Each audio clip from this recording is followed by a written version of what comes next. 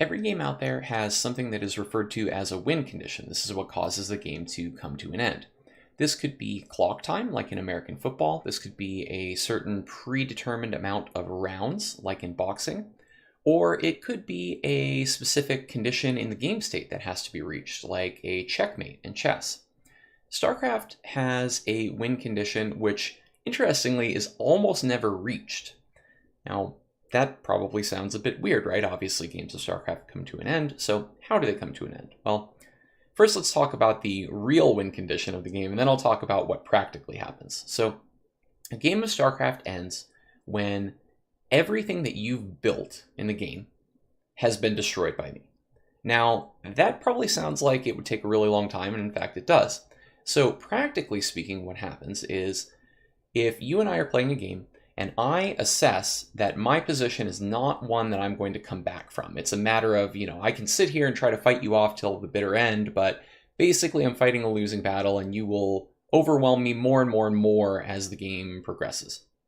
So generally speaking, when the game reaches that state, I will concede the game to you. I will type in good game, or GG for short, and I will leave the game. Now, a lot of people who don't come from a video game background or don't know much about StarCraft would kind of find this odd, right? It's like, you're kind of being a quitter, you're giving up, you're not showing the fans, a big exciting, conclusion to the game.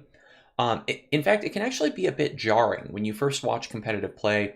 You're going to see all these explosions and there's these two armies and they're clashing, and all of a sudden it just ends.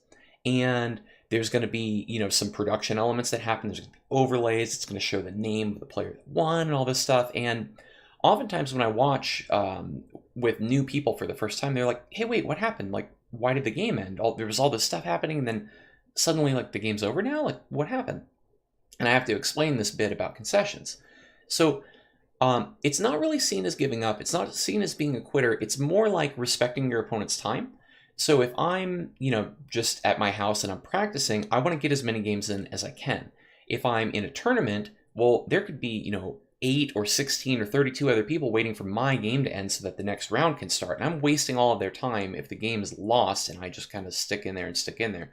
Likewise, if that tournament is being televised, the audience really doesn't want to see a player whose position is basically unwinnable just sit there and drag the game out. So it's less viewed as being a quitter and more viewed as respecting everyone involved's time.